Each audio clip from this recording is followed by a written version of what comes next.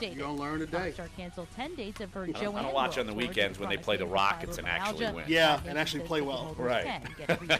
That's entertainment. Jennifer. Like, oh no, it's all these games against these scrub teams, and they end up getting blown out, and you're like, well, yeah, exactly. Because you don't have to be perfect to be a perfect parent. Teens in foster care will love you just the same. For more information on adoption, visit adoptuskids.org. A message from the U.S. Department of Showtime. Kids and the Ad Council.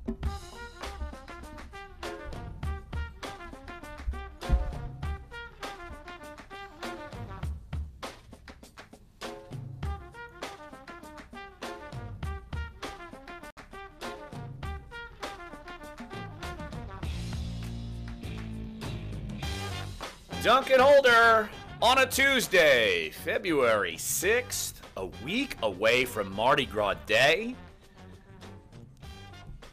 I find that stunning that we're so close to Mardi Gras already. Clyde's here. Good morning. Jim Derry will be making his way here when he shortly. fights through traffic to get here. Dave DeCourbier back at our iHeart studios. And, I think Jim Derry may be experiencing, crash/float traffic somewhere, I guess. I don't know. No, there's an accident, I think, going on 90 westbound. That's, I think, blocked 2 lanes of traffic going towards the West Bank. So, unfortunately for him, he's stuck in some traffic that is going to kind of be snarled for a little bit until he gets to the exit to be able to drop off and get down on the surface streets. Dave, I think Clyde could become our new traffic reporter. You guys got an opening over there, or we're? Yeah, he did that pretty well. Yeah, time saver traffic. Exactly. Time saver.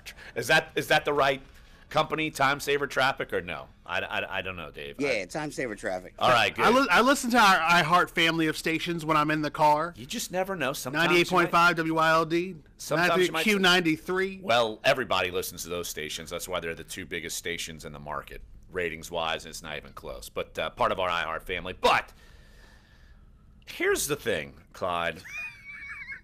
I want to watch the Pelicans. I'm with my family. It's a weeknight. And when I watch games like I watched last night, they go down 133 to 109. I understand the Jazz riding a 5-game winning streak. Now they've won 6 games.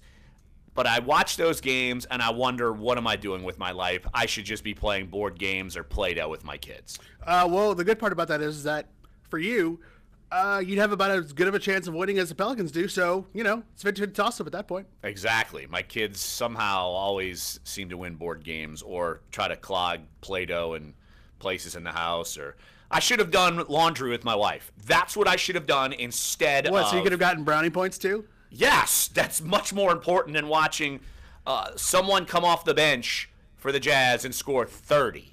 How does that happen? How does that happen? We were talking about this off air, and, I think we're both of the mindset that at this point we are steadily watching a team that is trying to figure it out, that's trying to piece it together, but it's like a lot like we talked about yesterday. They just can't seem to put it together as a group at the right time. But I think last night, for me, was a tale of a lot of different things of this Jekyll and Hyde team that we're currently watching. Number one, they got carved up defensively. That wasn't even close. It wasn't even close. Even though the Pelicans had a big second quarter, Utah was consistently scoring on them whenever they wanted. Well, when you score 70 points and you're on average to pretty much score 140 at that point, which they nearly came close to doing. I don't think you're talking 70 points in the first half. 70 points in the first half. Yes. So when you hear people say that, like their averaging is like, well, if they score 70 points in the first half, they're more likely than average to probably do that again in the second half. So you can kind of deduce what a team could possibly do in the second half by obviously their first half output.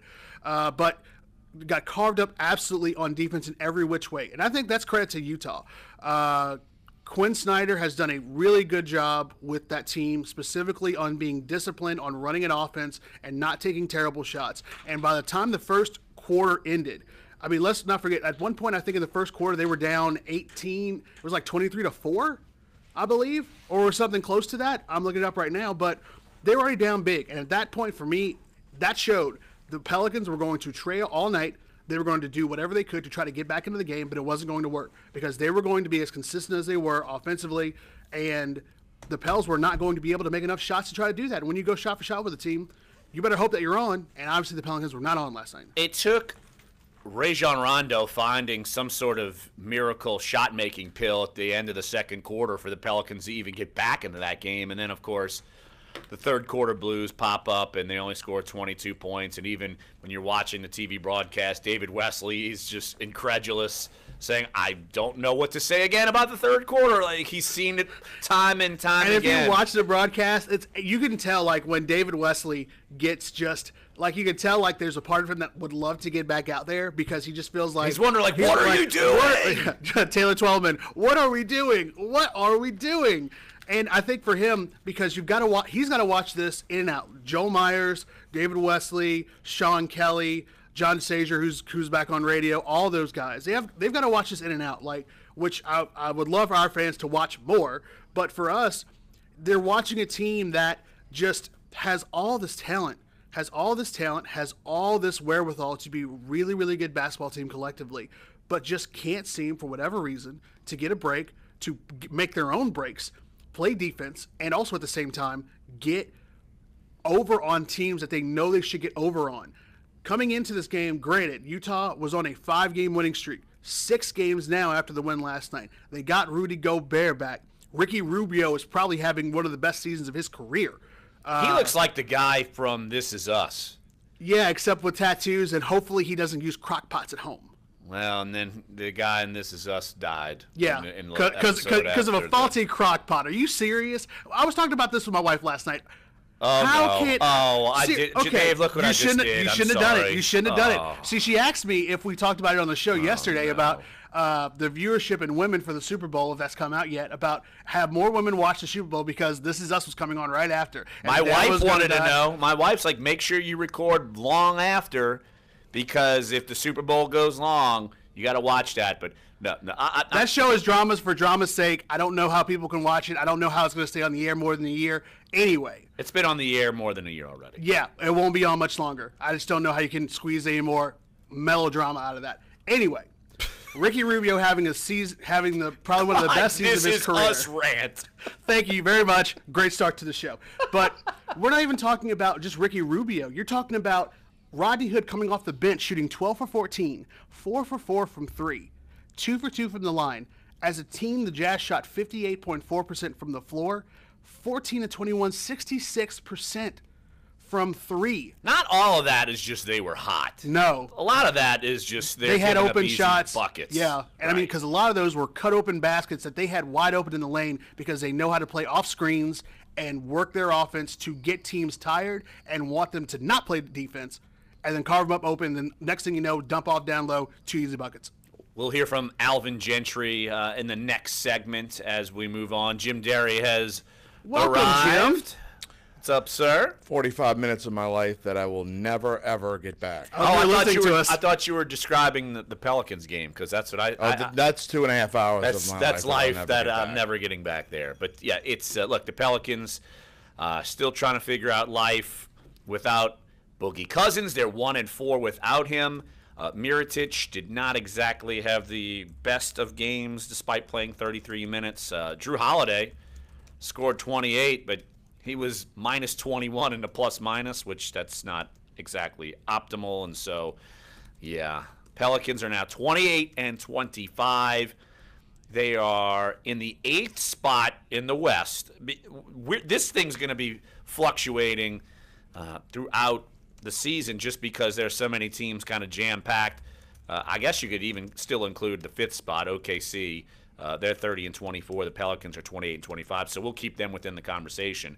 But now you're only a half game above the Clippers, who've won 2 in a row after getting rid of Blake Griffin. The Jazz are 25-28, even though they're 3 games back of the Pelicans. They've won 6 in a row and 8 of their last 10, so they are on a roll. And if the Pelicans keep dipping, the Jazz or the Clippers, they're still in primo position to kind of come up and catch them. My question is from last night, why didn't they could have just put the Saturday's T-Wolves game back on because it was the same exact game as Saturday night. There was literally no different. They got behind big early, made a little run at halftime before the half to make you think they were going to get back in it. And as Clyde said when I was walking in, the third quarter blues strike again, and I don't know what it is. I know what it is, but I'm not going to go on a rant except What is it? Mardi Gras float. No, what is it? You got what's It's Alvin what is it? Gentry. Oh, poor Alvin. Really? I can't Really? even say that with a straight No, face. you can't. Yeah, I mean, I you couldn't even almost say spit that with a monster on the I microphone. couldn't even say that with a straight face. I mean, it's an epidemic. It's an epidemic. When something continues to happen over and over and over and over again, then you have to look to the leader. And I think every coach will tell you this. I mean, every respectable coach will tell you this, that if something continues to happen, the problem is on him or her. And in this case, it's the head coach. Well, we've been talking about ever since Boogie went down how this team responds. Yeah, it was before Boogie. Yeah, well, especially once Boogie went down, because it's going to be a challenge to evaluate in some points the job that Alvin Gentry did. But if this team falls into the tank, look, they're 1-4 without Boogie already. Yeah. If this team kind of falls off dramatically, misses the playoffs, you have to evaluate Alvin Gentry in a negative light, and you have to consider strongly moving on from him. You have to hope that the person who would be evaluating him is the guy above his boss, though. Because you don't want change. You don't want Dell Demps evaluating him because you feel like that. Someone needs to evaluate him as well. Oh, I think that's certainly going to happen. There's no doubt about that. And this is something Unless that Mickey gets involved, nothing's going to change. Yeah. Well, they have to get involved. I mean, there's too much at this stake. They have to. They're going to have to get involved. Yeah. So we only have about another, I think we have 2 or 3 games left before the All-Star break. Yeah. And Larry and I were talking about this off air, and obviously we'd love to have Carlos call in to 504-260-1280. For me, I think we are at that stage now, and I think we have to be very realistic about it. At this point, this team is going to go one of two ways. Either this team is going to start to figure it out, and again, we still have to give Mirotić, Rondo, AD, getting these guys some time. Hopefully you get Solomon Hill back. Hopefully you get Frank Jackson back, and you start to at least see what they have. But I think we have to be realistic now. This team is either going to somehow find a way to figure it out after the All-Star break, or I think we need to very seriously look at the fact that not only are they going to have another losing record, not make the playoffs, because they're going to be in a dogfight with the 2 teams that Larry talked about. They're going to be in a dogfight with the Jazz, and they're going to be in a dogfight with the Clippers at the bottom of the table. Unless they pray that Denver and Portland really start falling off. Denver's won 3 in a row. Now Portland has lost 3 in a row, so they're kind of in a mini tailspin heading into the All-Star break, too. Absolutely. And if it gets to the point where it's bad, then I think that all contingency policies and contingency plans need to be looked at going into the month of March and going into early April when the season ends and this team doesn't make the playoffs. And then how do you build a future?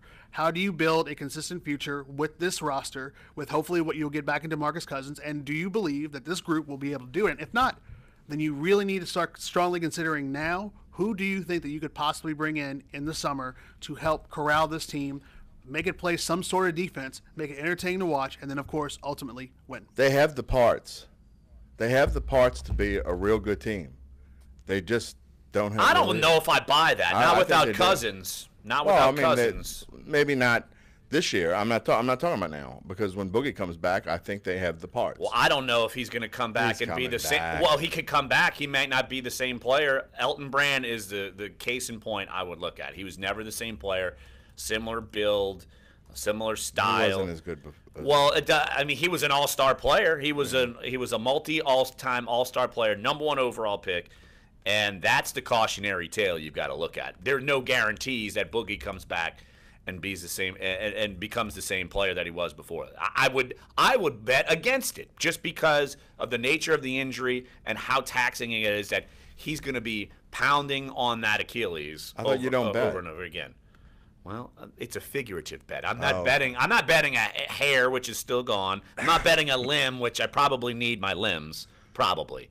But you'll bet that who the Texans coach will be 3 years from now. Yeah, that's no problem. Well, it won't be Bill O'Brien. It won't be Bill O'Brien. So, all right, let's take a break right here on the show, because outside of Pelicans talk, look, you're going to hear from Alvin Gentry. Breaking news coming up later in the show. All right, good. All right, breaking news from Jim Derry's end. Also, we will talk with our own Amos Morale. National Signing Day is tomorrow, even though There's certainly a bit of a lack of sizzle since we had so many people commit already, but some big names still out there. I know Jim can certainly chime in on that subject as well, but we'll have Amos on. And then, top of the 11 o'clock hour, one of the best journalists we've had in this company, not just photojournalists, but overall journalism, Ted Jackson is going to join us. And if you have not read his story on the search for Jackie Wallace, it is something that will rip your heart out, really, honestly. So we will talk with Ted Jackson, top of the 11 o'clock hour, about his great piece on a New Orleanian, a former prep standout, college football standout, Super Bowl participant, and has been battling substance abuse for years, living on the streets. It's an incredible story, and we will talk with Ted about that top of the 11 o'clock hour. And as Claude mentioned, you want to get involved? We got a few open segments, so we'll be touching on a lot of topics. So give us a buzz. 504-260-1280 is the number to get involved here on Sports 1280, NOLA.com, and the iHeartRadio app. Dunc and Holder. Hi, Eric Asher, host of Inside New Orleans. So Been what in is it? business now for 16 years. Chris Latchney talking is, sports, after one politics, and season, is the news. Riverside. Yeah, I was about to say, I was going going to ask you if you saw it yesterday. Join the crew, as we'll tell like it is each and every day. Because he didn't live up to expectations? Or No, because he's going to make more money at Destrehan, being defensive coordinator. Oh, okay.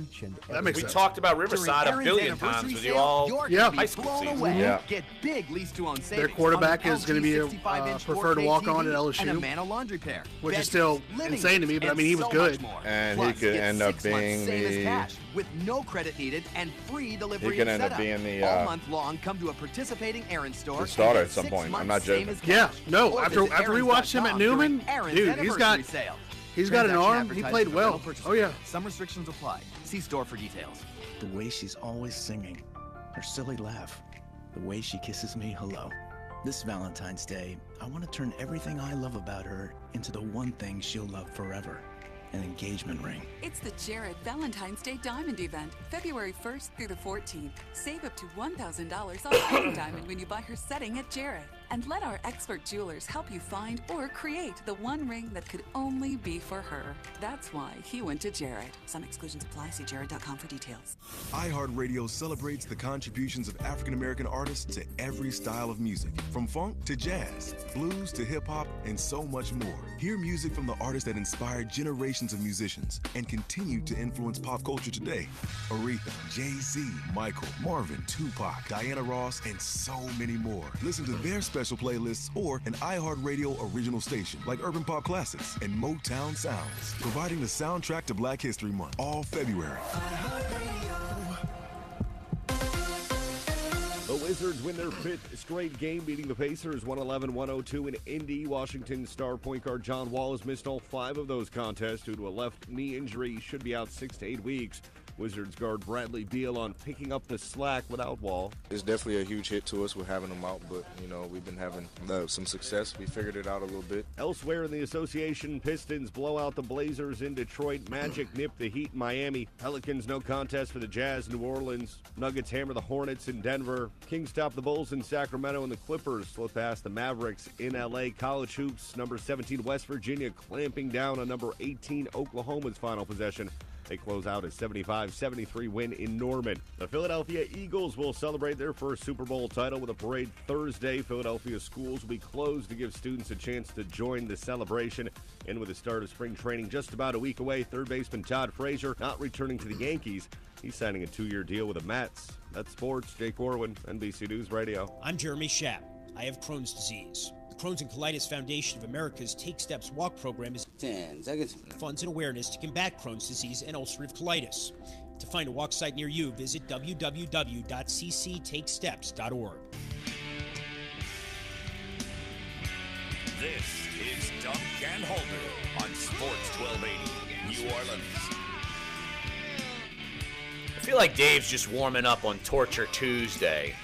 That's just a little warm-up. Play a little Soundgarden. This is a great way to start off, man. Soundgarden. It's not that torturous. It's you okay. Play the music you played yesterday. That would torture you. Yeah. No, sure. the torturous part is how you two sang and sound like y'all were skinning cats. That's Torture Tuesday. You know what's always funny to me is that people who like people who don't, or at least aren't comfortable enough to sing themselves exactly are so quick. We're comfortable in our own skin, because I Clyde. went back yesterday and I actually listened to our little duet, and without even talking about like any kind of plan on how to do that, he immediately went for the a little bit more of the baritone. I went immediately to the falsetto. We harmonized pretty well. I think it was pretty good. The YouTubers had big treats yesterday.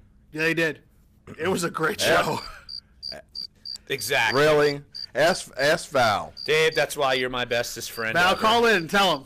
Val, the one YouTuber who likes show. Val, Lover Boy Love, he does. West Bank Rick, shout out to West Bank Rick. Glenn Abear was Glenn, JPJG 20. He's also shout out to our Jerry. YouTubers. That's fine. Jeff Duncan will be back on the show tomorrow. The misery will end for Larry Holt. No, but Jim, you got some breaking news on the prep football front, and it's a team I know every Friday we would talk with you about, and high expectations, and looks like one of the coaches of one of the better teams and programs in the region is going to be moving on. Just tweeted it out. I'll write a story later on this afternoon when I get off of the airwaves before we go. Clyde and I go on the airwaves again tonight.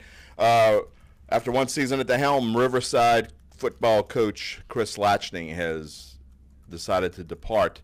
He will take the defensive coordinator position at Destrehan, which was recently vacated by Marcus Scott, who is now the head coach at Everett, taking over for interim coach Del Lee Collins and former head coach Corey Lambert. Now, you were talking off the air in the commercial break, and we're going to be talking some high school recruiting here in the next segment with Amos Morale. And you were talking about how their quarterback, where's he? Jordan Loving. Jordan Loving is going to walk on at LSU.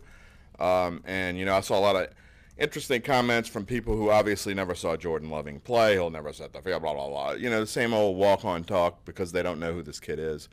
I've seen Jordan play probably 12 or 15 times over the past few years, and the kid can play. And he's got the size, he's got the smarts, he's got the arm, and, Clyde's seen him as well. Yeah. And the kid can play, and I'm telling you, don't discount him from having a chance to start one day. We'll see what happens with LSU along the line. But I could never understand, and I said it on the air throughout broadcast and over the latter half of his junior season and all of this past year.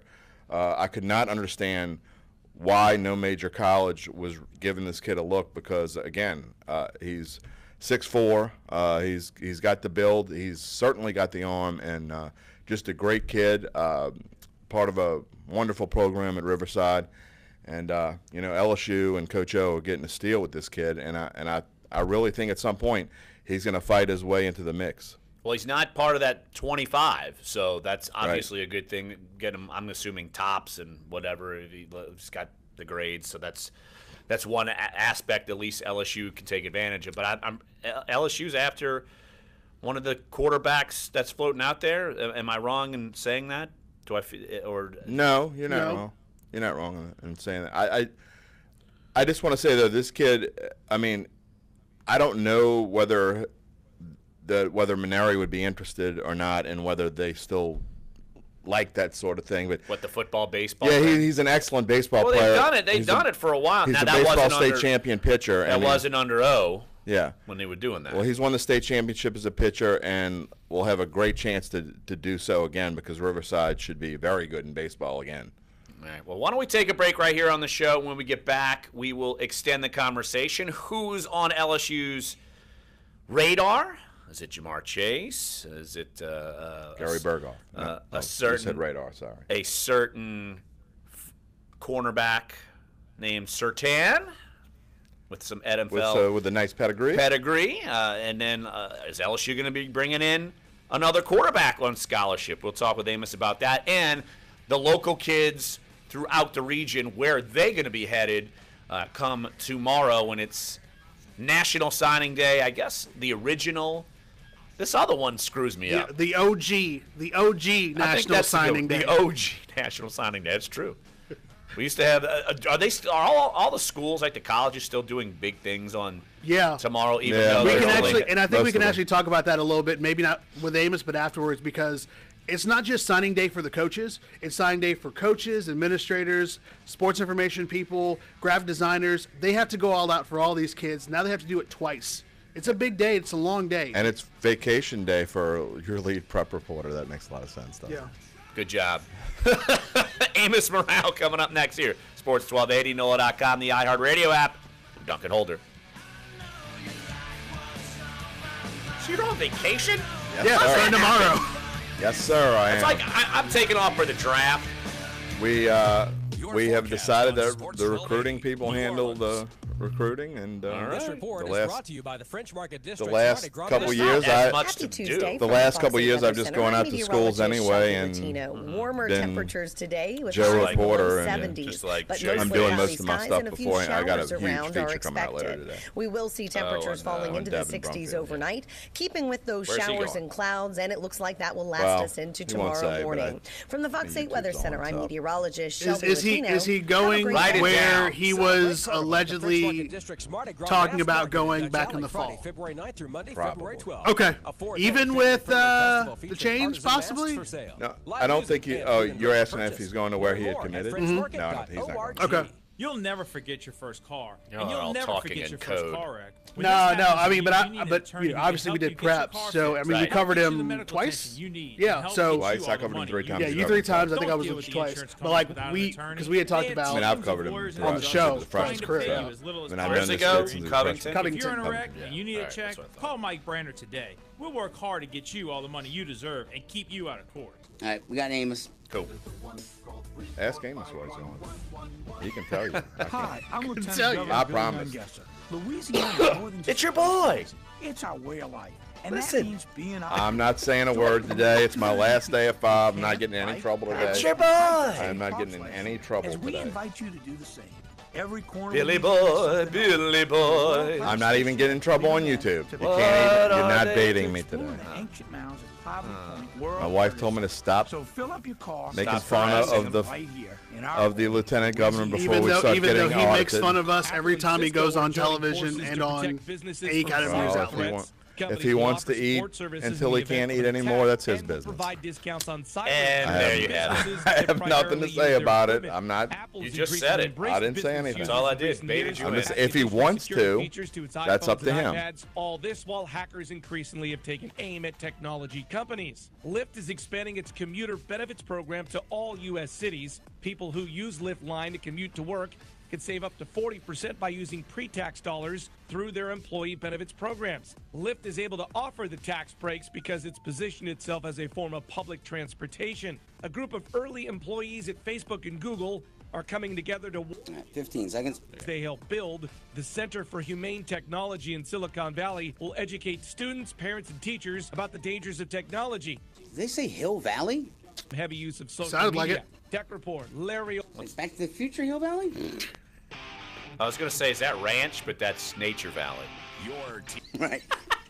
Sports 1280 Speaking of New Orleans. Welcome back, Duncan Holder. Jim Derry sitting in for Jeff Duncan, who will return tomorrow. Of course, Clyde Verdon's here. Dave's back in the iHeart studios. And joining us, Amos Morale, jack of all trades. We could talk to him about anything. He'd come on here and he'd probably know more about things than me. Well, that doesn't take much. I know, but why are you trying to diss Amos? I'm trying to prop him up. I'm not trying to diss Amos. I'm dissing you. You're trying to diss me. Amos Morale. It's my last day. I got to get my shots in. There you go. Right here on Duncan Holder. National Signing Day coming up tomorrow. And Amos, the 2 big names, of course, that are floating out there that LSU fans are looking at, Patrick Surtain Jr., Jamar Chase. Are LSU fans going to be disappointed with their decisions come tomorrow as far as the way you kind of read this thing? I don't really see him being too disappointed. I mean, Patrick Surtain's been, rumored to be an LSU lean for a long time. The Tigers have been on him since he was a freshman. He's got ties to the area. So, Corey Raymond's still the DB coach. There's a lot of things working in LSU's favor to kind of get him on board. And then if you're Jamar Chase, I know Auburn's making a really hard push. They got him on campus last, but he wasn't there as long as he's been at some of these other visits, and you got to think that he looks at that roster. He sees a pretty good opportunity for him to go in and make an impact right away. So I think that those two got to be LSU's got to be feeling really good about them. Amos, tomorrow obviously a huge day for us, and I know you're excited about getting this behind you. What if you had to name a couple names who might be a big surprise tomorrow, whether they go to LSU or don't go to LSU, or where they might go? Who should we be looking at as far as surprises? Well, first off, I like how you decided to take vacation on the big Amos, I'm gonna take off the first round of the draft. Do you think I think I'm gonna do that? So anyway, but in terms of guys that are kind of the big ones to watch outside of the Jamar Chase and the Patrick Surtains, there's the two kids from McDonald 35, Joe Fuchsia, big-time safety, and wide receiver Lawrence Keyes, who's an absolute burner. Joe's taking official visits to Arkansas and Ole Miss, and it looks like it's going to come down to those two for him. Arizona State and Auburn are still making a push, but he seemed to really be really like what happened after he visited Arkansas, and then Ole Miss has been recruiting him pretty hard. And then you look at Lawrence Keyes, he's got Texas, Notre Dame, and SMU. And one of the things he told me is that his mom wants him to play close, so he might end up at one of those Texas schools. So you got a couple kids there, and then also you got Eddie Smith out at Bauman, who was a longtime TCU commit. His recruitment, he decided not to sign with him on signing day, and then his recruitment just kind of took off. Alabama offered, and it seems like they're in strong position to land him. Nick Saban went and did the Cupid shuffle at his house, so you got quite a few kids. I've seen that video. Signing period. Saban's got some moves. Hey, he's a charmer. Don't say he won't do anything for to get a recruit. Hey, you don't win those national championships with bad players. No, you don't. Amos Morale joining us right here on Dunc and Holder. We're talking National Signing Day. That is tomorrow. Of course, they had the early signing period. And Amos, along those lines, when you talk to some of the kids that are still out there, is it different than maybe what you've seen in the past? Are there more teams even more heavily involved because there are fewer kids out there that haven't already signed on the dotted line? Well, yeah, that's one thing you can see, and you see it just by where, how these kids in-home visits are going, whereas in the past there may be one or two coaches. LSU sending its whole staff to Jamar Chase's living room, and quarterback out of Alabama, James Foster. They're sending their whole staff to all of these kids' living rooms, whereas in the past they might have, been able to send the position coach, and then they had the head coach bouncing everywhere to kind of try and seal the deal. So they're able to put a lot more effort into these last few guys and really increase the pressure. And then when the kids go on their official visits, there's only a couple of them going now, so they're getting a lot more personal attention. So that's one thing that these kids are noticing is that they didn't sign early. They're getting a lot more of that full court press because those coaches are able to turn a lot of that attention directly to them because in LSU's case they only have 4 spots left. So that's one thing that a lot of kids are seeing compared to some of the past classes that I've talked to. Yeah, Amos, that was actually going to be my question to you about this hard cap now on how many players that coaches can sign and kind of some of the different rules about if you sign a kid but then he doesn't play or he's ineligible, that still counts towards your number. What has this number now done in terms of coaches having to really zero in on kids and then really have to figure out and make a numbers game out of it, almost like a shell game, of how they're going to go about recruiting some of this top talent, knowing that there's now a hard cap in the NCAA? Well, one thing, it just really makes them, whereas in the past you might have been able to just take some of the better players that were available. You really got to focus on your needs and really focus on filling those positions that, you feel you're lacking in. You look at what LSU did. They really did a lot to go after offensive linemen and defensive linemen in this class, interior guys, really kind of beef up the trenches because that's an area they felt they lacked last season. In terms one of the things, though, that seems to be more the case is with this early signing period, though, is you're kind of locked into those kids early, so you have to be a lot more sure of what you want and what positions you were hoping to fill. Whereas in the past, with the whole class signing in February, if after the season you realized, all right, well, maybe we don't need as many offensive linemen, one of the kids or a kid decides he wants to go somewhere else, you get a spot opening up here or there. So really what it's done is it's just kind of forced these teams to really take a look at what they need and be a lot more concise with their recruitment. Amos, you said LSU 4 spots. Who do you think are going to fill those 4 spots tomorrow? Well, I got to think it's going to be Surtain Jr. I think they're able to land Jamar Chase. I think they pick up Mario Goodrich out of a cornerback out of Missouri, who they've been going after for a while, and I think that's going to be one of the spots. And then lastly, it'll be Kelvin Joseph, the safety out of Scotlandville. He was committed to him for a long time, decided to reopen his recruitment and take advantage of see what the other schools were offering, but he recommitted to LSU at the Army Bowl. So I think they're going to get his signature, and I think that's how this class will finish up. Amos, do you think that LSU, we were talking about in the last segment before how they got Riverside quarterback Jordan Loving as a preferred walk-on. Do you feel like LSU scaled back on trying to land a quarterback as far as on scholarship because of A, who they have, and B, just picking up Jordan, or am I reading too much into this? Well, you're going to need guys to throw the ball, through camp and practice. So, bringing in a preferred walk-on, they usually try to get one of the guys around the state to come on board, compete for a spot. But they were going after James Foster, a quarterback out of Alabama, a dual-threat guy, a big arm. He's got offers from Alabama, Florida State, Texas A&M. So he's one that they were really going after. They put the press on him. They, sent the whole staff out to visit him. I just have a hard time seeing him, taking the Tigers over some of those other offers. It seems like he's got, better opportunities at some of these other places. And then if you're LSU, you've got 2 guys that could end up being big-time players for you, and Miles Brennan and Lowell Narcisse, depending on how they develop. And plus, recently, with all the coaching shakeup, a couple of the 2019 guys that were committed are, all of a sudden back on the board. You take a look at Grant Gunnell, who's a quarterback out of Texas, 2019 prospect, big kid, huge arm, can throw it all over the field.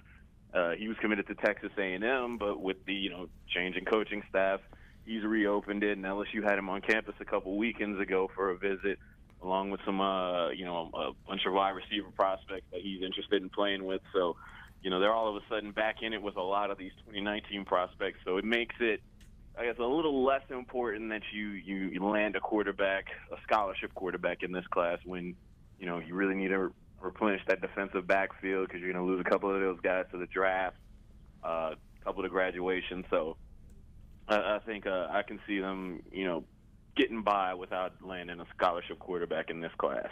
Amos, sorry to step away. I had a pretty important call from a coach.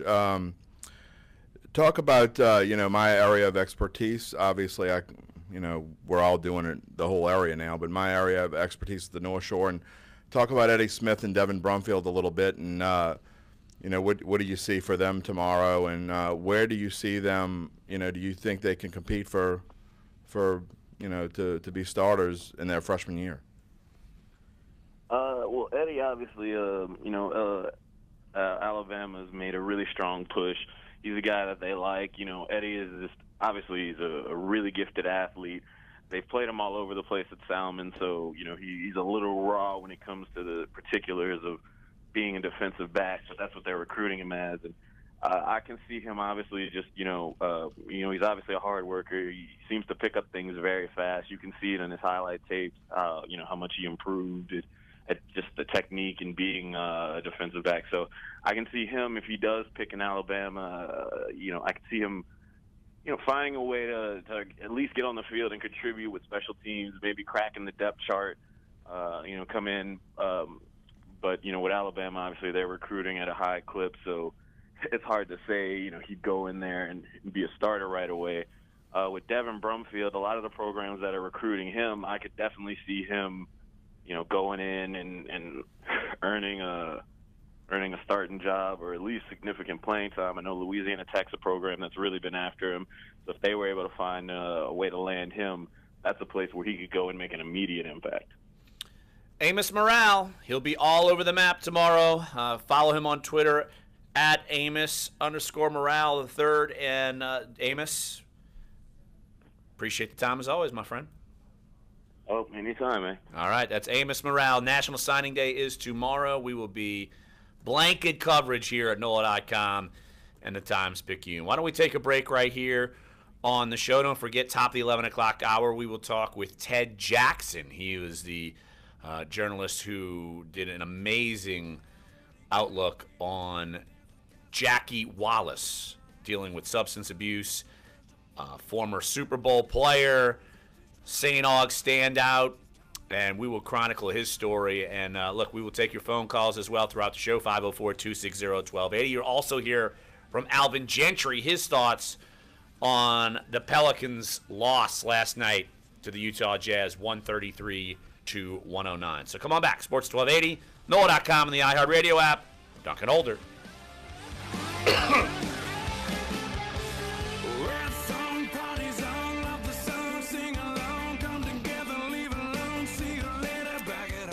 Before 27 people on YouTube are going to ding a reporter. Whoa. Who yelled at you? Coach Latchman. Was not very happy that I tweeted that out.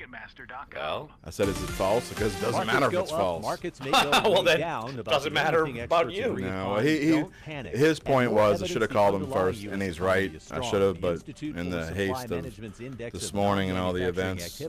Everything except factories and utilities. Anyone who knows Chris Latchley out there, I apologize to him for not calling him first. He's right. But my sources were pretty. Obviously, they were ironclad. Contributes 88% of economic output. Facebook is part so that's why I walked sector, away. It has a unique job you get a call from a coach that you're reporting about. Lisa Carter explains. It's all part of Facebook's plan to develop next-generation technologies to connect everyone on the planet to the internet. The extraterrestrial planet. I'm done with you for now. Go away. Research unit, which is looking it's a into technologies different that include free space communication. It's a coach Facebook that I like is and planning for the respect. time when the internet is based in the sky and space. CNBC reports, like its larger rival Google and others, Facebook wants to position itself to deliver services within communication systems that use coach I didn't more like than and didn't Earth-based respect, wireline I probably or would hit wireless technologies. Bill or no bill, Senate Minority Leader Chuck Schumer is urging the IRS to honor prepayments of 2018 property taxes. James Flippin reports. Speaking on Long Island, a region with some of the nation's highest property taxes to begin with, Schumer said despite wide sweeping changes to the federal tax laws that took effect this year, Mornings are always it's only busy. fair to recognize Well, it started. Mine hasn't been strange. That was part of it. It started with the tornado with kids. And mine always starts that way. Every morning. So that's normal. Then I get into the line at Shopatula, said like 9:26, and I think, oh, I got plenty of time. Oh yeah, oh yeah. Then I'm sitting there, I'm sitting there, I'm sitting there. The IRS has said those taxes are deductible only if you were billed beforehand. James Flippin, NBC News Radio, New York. Consumer and business news, Joe McConnell, NBC News Radio. War, poverty, and disaster have left millions of children around the world orphaned, abandoned, alone. When their parents can't be there, SOS Children's Villages is there in 134 countries, including the U.S. To make a difference in a child's life, go to sosusa.org. Holy Cross Chest. Do it now. This is Dunc and Holder on Sports 1280 New Orleans. Welcome back to the show. You missed any of it, or you missed any of our previous episodes, sports1280.com, NOLA.com, iTunes, SoundCloud, and YouTube page. And Clyde has been doing a great job of getting some of the clips up on NOLA.com each and every day. We're boosting kind of the profile up on NOLA.com. Trying to. Clyde's doing a bang-up job of that. Sir. And speaking of... And if you go into YouTube, you can listen to our commercial YouTube rants and us singing and all sorts of things in the commercial break. All they have to do is listen to the actual show, and they hear you. Some of that's more entertaining than the actual show. Yeah, I'm kind of hoping that we get to a point where we get we do one of our usual in-between segment kind of, I don't know, parties or whatever it is that we want to call whatever it is that we do. Party. So I can clip that and be like, hey, if you ever want to know what it's like to do a radio show and then how you try to keep yourself sane, here's what we do. I'll just clip that and post it. That would be a pretty cool video. I'll just grab the random bag of Larry hair that's still on the ground. I'll open it up and throw it at Clyde. Because We'll again, put that why on the is video. it still here? Why is that still here? I just can't wait for about another month from now when your hair is like all spiky, because I did that once for St. Baldrick's. I shaved my head, and you get to a point where there's absolutely nothing you do, and it goes in every which direction, and you got the visor, and you look like, you know when you buy that visor and they got the fake hair coming out of the top? Greg Williams visor. That's what you're going to look like in about a month. Well, you know I'll put the visor back on. Absolutely. You should probably get some blonde tips while you're at it. I mean, Maybe. really just kind of hit that midlife crisis like another bet. with a semi, man, and just get some blonde tips, visor. It'd be like rewind into the mid-'90s. I think I could do it. Yeah, I think you pull it off. I think we could. Very nice. Well, you guys are going to be on the airwaves tonight. Am I correct? We'll be on NOLA.com. We took a week hiatus last week. Which I absolutely needed. Claude, we did 2 games the week before, so we didn't do any last week, but we will be back out on the road tonight. We will be at Jesuit for a big Catholic League showdown between Holy Cross and Jesuit, the rematch. Clyde and I did the first game a few weeks ago at Holy Cross, and it's getting down to crunch time in high school basketball, and Jesuit just came off a big win over Rummel, and yeah, a big win over Rummel too. Like 50-point win or something like that over Rummel. Rummel scored 26 points. It was like 76-26 or something along those ways. Sorry, Pride. So Jesuit is in the running for the Catholic League football title. Holy Cross is Holy Cross is playing pretty well as well. Jesuit's fighting for a bye in the Division I playoffs. Holy Cross is fighting for a home game in the first round. It should be a good one. Again, Holy Cross came up with, I guess you could call it an upset at Holy Cross. Yeah. It's a fantastic game, but Clyde and I will be at Jesuit tonight. Looking forward to it. And Clyde is always amazed at how some of these high school gyms that we go on. It's amazing to me. Because Jim and I were talking about this last week, or a couple weeks ago. So I've been to Holy Cross's gym. It's a palace. Absolutely gorgeous. Then we go to Jesuit's gym. They've got video LED boards. Yeah. Cool. I mean, the court's nice. And I just remember my own high school experiences of playing in somewhere out in Lafayette area. No, right? literally. Right, that's somewhere out there. As crazy as it sounds, I've been to some remote places. Have you ever been to Lake Arthur? Have you been to Gaydon, Louisiana? Have you been to Laurelville? Why? Why would I go there? Delcom? Have you been to Delcom? Why would I? Did you play go like there? single A basketball? Yes. Okay. Yeah, we were Class A. We were District 8 and then 9, but then most of our schools were in the Lafayette kind of, over in that area. So I remember playing in some real bandboxes, and now you got these kids playing in palaces. But hey, more power to them. And still, someone's gonna have to tell me this whole thing about all boys school, but then somehow having cheerleaders. I don't get that. Sister schools. I don't understand it. Sister schools. What do you mean you don't understand? I don't get it. I mean, I'm sorry. So we had 2 sister schools. What? Yeah, Blank and Immaculata, which is now Academy of Our Lady, but we had 2 sister schools, and we look forward to Thanksgiving, not just because we were getting off, but it was the tri-school mass, and girls would come in our gym. It was the coolest thing ever. And that's what I figured. Okay, that makes a lot of sense to me now. And when I was in the band, girls were in the band. It was. I just don't like how look forward to that. Like Rummel has the Chapelettes. I mean, that's the sister school, so that's the dance team, and they. So do these girls like come over to Rummel and like try out every afternoon they come over after school. Why do you think we did extracurricular activities? Okay. I mean, that makes sense. Got it. I mean, I'm going to stop the conversation right there. You and your extracurricular high school activities. We don't need to hear about your. I think he meant like bands. Drive-in. I'm pretty. I wasn't going that. I'm talking about at school, numbnuts. Literally, we're talking about in 1945, guys, that going to the drive-in. Lord, if I can't get my jab in at Jim Derry, why? Well, okay. Next is going to be the old jokes. My daughter asked me the other day, did they have cars when I was a kid? Did they? No, we rode in horse and buggies to school. Carriages. All right, horse and carriage. Really? No. It's for hire. Let's switch gears here, please. Thankfully, look, NFL scouting combine. They've announced their players, and 10 LSU players are headed to the combine. 2 from Tulane. Let me rattle off the list for LSU: DJ Shark, Will Clapp, Danny Etling, Darius Geis, Dante Jackson, Arden Key, KJ Malone, Kevin Tolliver, Toby Weathersby, and Darrell Williams. So I don't know if did they miss anyone out of LSU? I don't know, but there's some. No. There's Danny a couple. Etling, though? Seriously? Danny Etling, Yeah, yes. why not? Give him a shot. Give him a shot, but that's wow. Jordan Jefferson got invited to the combine. Danny Etling can get invited. That's to the fair. Combine. Fair point. But Jarrett Lee didn't get invited to the combine. Jarrett Lee, don't. Oh my God, don't even bring up Jarrett Lee. 2 from Tulane, Ade Aruna, and here's the one I'm most curious about because I think he's going to be a steal. He's going to play in the NFL. Is Perry Nickerson? No doubt. I think he is going to be very good. I agree. In the NFL, he put together a season-long highlight reel. Well, he's done it for a couple of years, but like this year though, with what they were able to do and how he was able to be such an impact player with a lot more people watching because they were winning, I think I don't think it would be hard for him. I don't think he'll be waiting a long time come NFL draft time.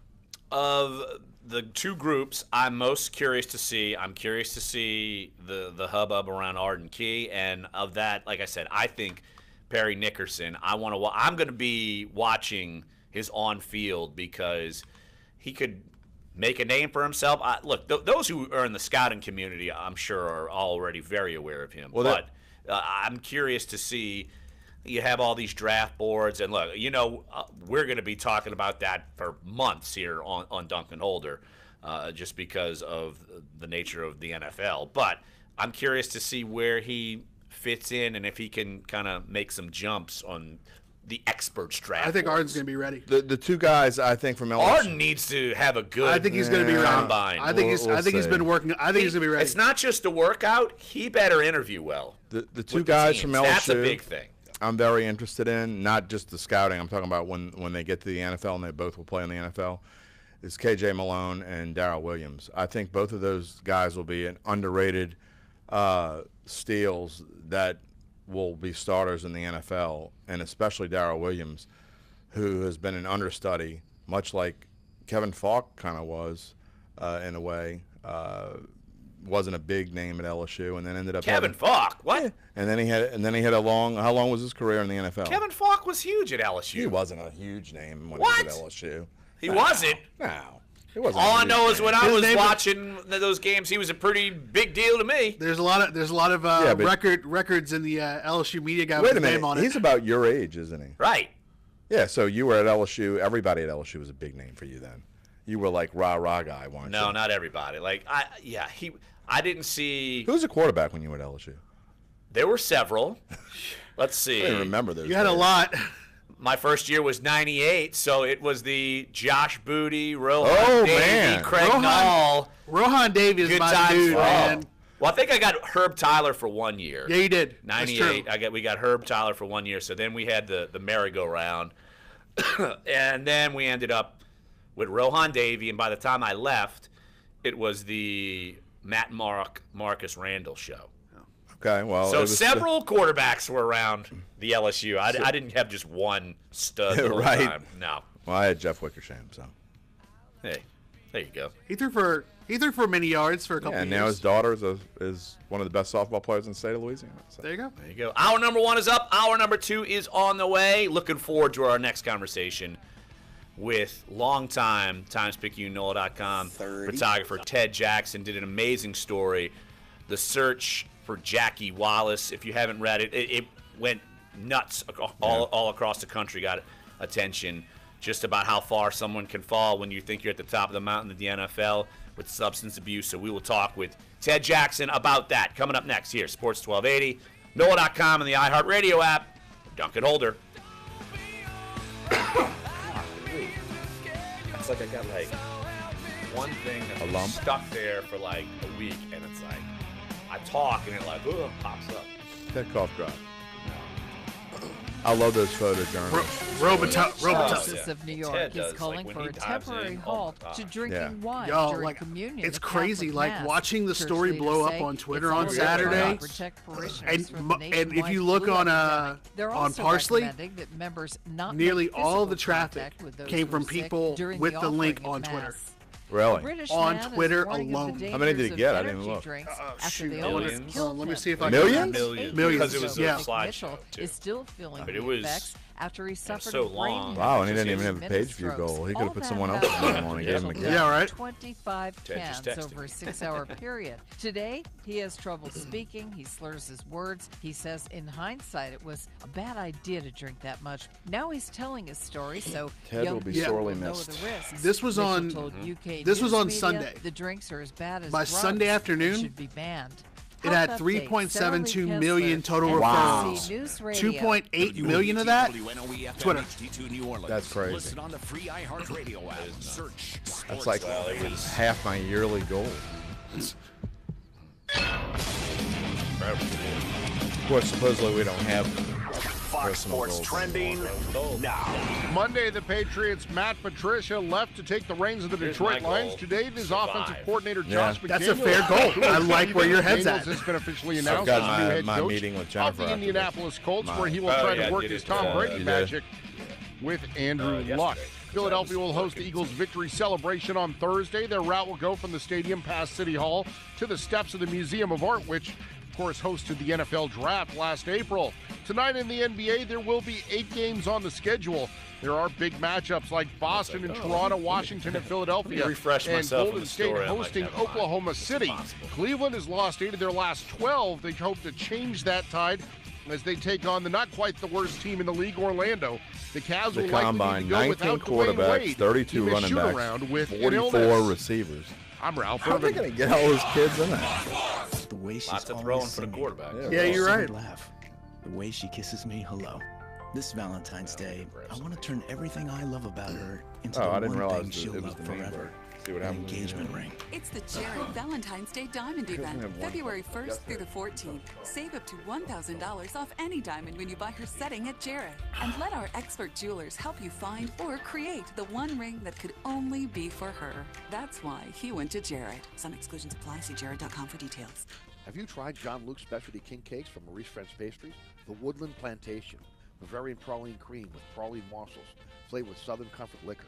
Or the General Foster, sauteed banana, flavored with New Orleans dark rum, folded in a light vanilla cream. Sound decadent? Well, then head on over to 3501 Hesper or 4949 West Napoleon on MauriceFrenchPastries.com. Shipping available, 885-1526.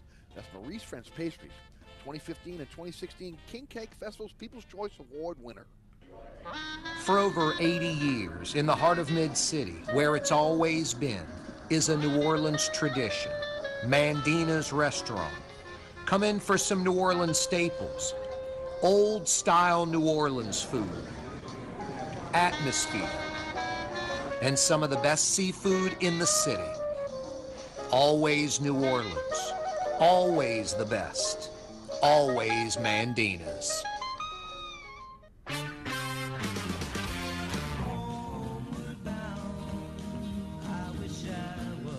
Paul Simon will be kicking off his Homeward Bound, the Farewell Tour in Vancouver, Canada on May 16th. The iconic songwriter, musician, and performer will play one last time worldwide and make stops in 17 states this summer. Simon says he's grateful for a fulfilling career, which he thanks fans for the last 50 years. The reality of being a mother, very real for Kylie Jenner. Then it was funny reality how star people were trying announcing to the get birth of off her daughter, at born at camp. Cedars-Sinai in Los And Angeles. I'm like, and the same parades older are still sisters going Kim on. and And I'm Kourtney like, had you're their going to get children. in The worse. newborn, the first for the So I youngest had to wait it Kardashian out. Jenner sibling and rapper Travis Scott. Kylie kept the pregnancy under wraps for the past 5 months. Actress Kim Cattrall's brother dead after reported missing for nearly a week. The Sex and the City star tweeting Chris Cattrall's body found just hours after the actress asked her fans to help find him. Chris Cattrall went missing when his keys, cell phone, and wallet were left on a table at his unlocked home in Canada. A rep said Chris's death was not considered suspicious. He was 55. Lady Gaga canceling the final dates of her European tour due to severe pain. Gaga apologizing to fans on Twitter and Facebook, saying she's devastated. The pop star canceled 10 dates of her Joanne World Tour due to chronic pain from fibromyalgia. Live Nation says ticket holders can get a refund. That's entertainment. Jennifer Bolsoni, NBC News Radio. To buy your home, you became a house hunting ace, learned about loans, scoured neighborhoods, and asked the right questions. If you manage that, you can get your retirement plan on track. Visiting aceyourretirement.org can help. Brought to you by AARP and the Ad Council. Apple and Cisco are joining forces to protect businesses from cyber threats. Companies will offer support services in the event of an attack and will provide discounts on cyber we have, insurance to Ted? businesses that primarily use their phone's ringing now. Cool, yeah. recently embraced business users in recent years, adding additional security features to its iPhones and iPads. All this while hackers increasingly have taken aim at technology companies. Lyft is expanding its commuter benefits program to all U.S. cities. People who use Lyft Line to commute to work can save up to 40% by using pre-tax dollars through their employee benefits programs. Lyft is able to offer the tax breaks because it's positioned itself as a form of... All right, we got him. A group of early employees at Facebook and Google are coming together to warn people about the companies they help build. The Center for Humane Technology in Silicon Valley will educate students, parents, and teachers about the dangers of technology, including the depression that can come from heavy use of social media. Tech Report, Larry Olson, NBC News Radio. Okay, men, time to be an all-star caregiver. Drive them to physical therapy, doctor's appointments, be there emotionally and physically. Don't give up. Don't ever give up. Caregiving is tougher than tough. Find Right, here we go. AARP.org/caregiving. Brought to you by AARP and the Ad Council.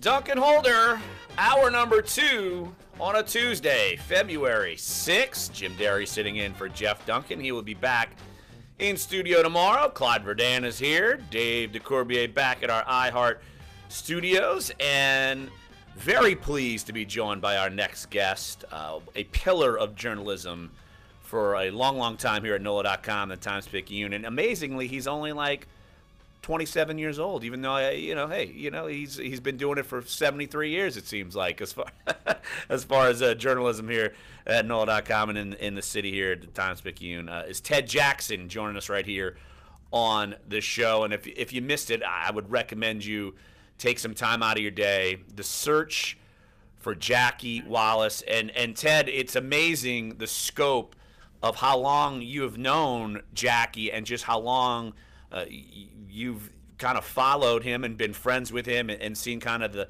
highs and lows. First off, just you did a wonderful job, and there's a reason why it kind of took off all over the country. What's some of the feedback you've gotten from this story, whether it's through the website or email or phone calls or anything like that? Oh, it's been phenomenal. It's I think Lorando said it was unreal, and I have to agree with that. It's the emails have not stopped. The Twitter retweets have just gone through the roof, and I see just comments coming in from everywhere.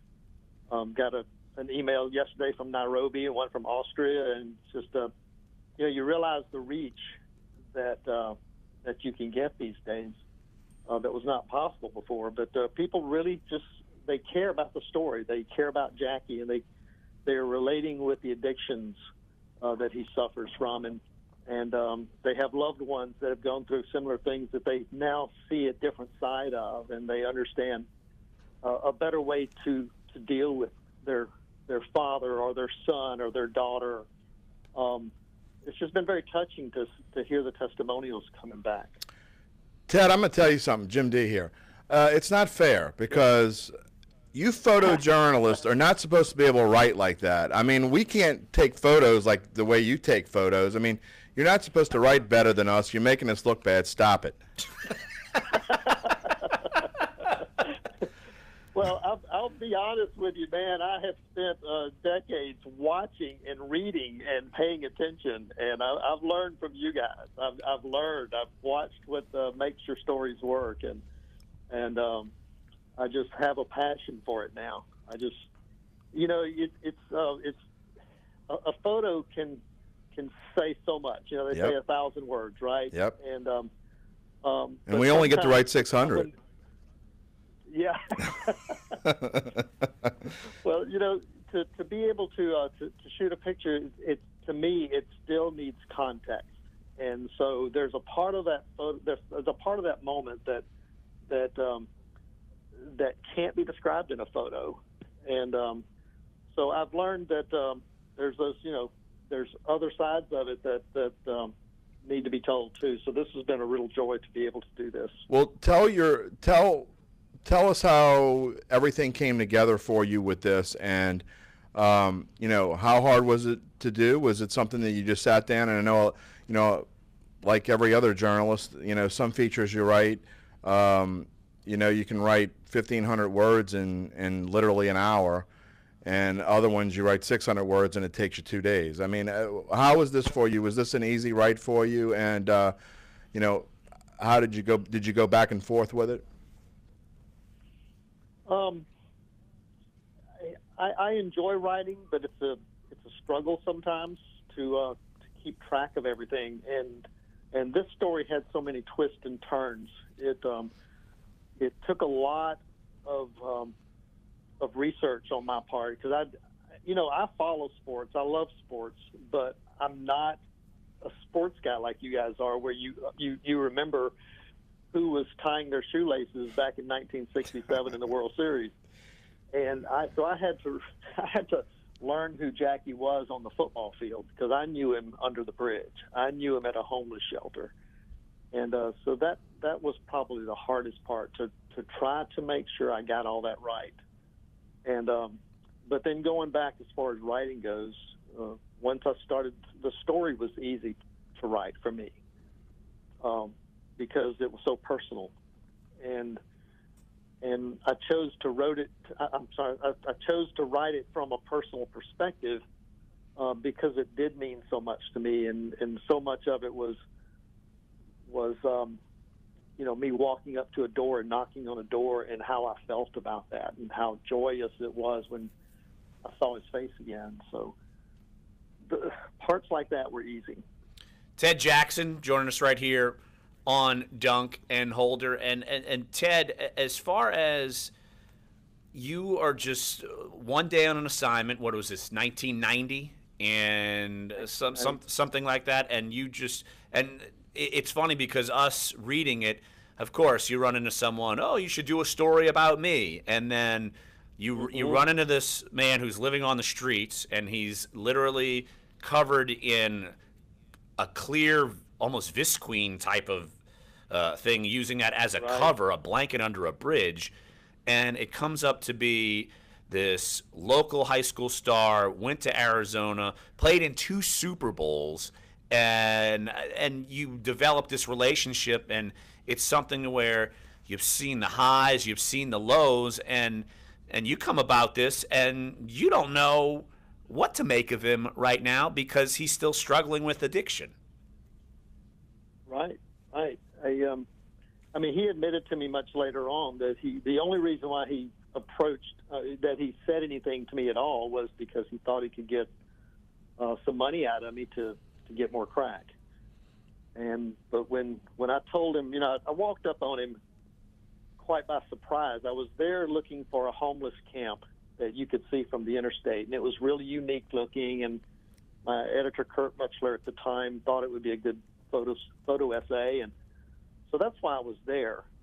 And the camp was all turned over, messed up, and so I was heading back to my car a little bit disappointed, and I came up on Jackie, and he was laying there. His little bed was so neat and pristine and organized. That's what attracted me to it. But after I got over my startled, response, I took a look at it and climbed up on the bridge there above him and shot a photo looking straight down. And then I woke him up, because I thought he could tell me what had happened to the other guys. And, I still had no interest in him, other than the fact that his setup looked pretty cool. But so we talked a little bit, but that's when he reached over, and in the photo you can see the time sticky end folded there right by his bed. And he picked it up, and he opened it up to the sports page. I was about to say, yeah, in your photo, it's a sports section. Yeah, exactly, right? Right. It says, you see the stories, the series that you're doing, it's Jimmy Smith was writing them, was a life after football. And basically, he kind of said, where are they today kind of stories. He said, you ought to do a story about me. And I thought, okay, yeah, I've heard that before. Why should I do a story about you? And that's when he said, he just said, I've played in, and actually what he said was, I've played in 3 Super Bowls. Right. And what he meant was that first year he was on the taxi squad, but he didn't actually play. Right. So that was just that little complication there. But he got my attention. And when I asked him his name, it still didn't mean anything to me. It wasn't Fran Tarkington. It wasn't Archie Manning. It wasn't a name that I knew because I'm not from New Orleans originally. And so I thanked him for his time and shot a couple pictures probably, and then said, okay, I'll see you later. And I rushed back to the sports department. And I thought, well, this could be something big, but I don't know.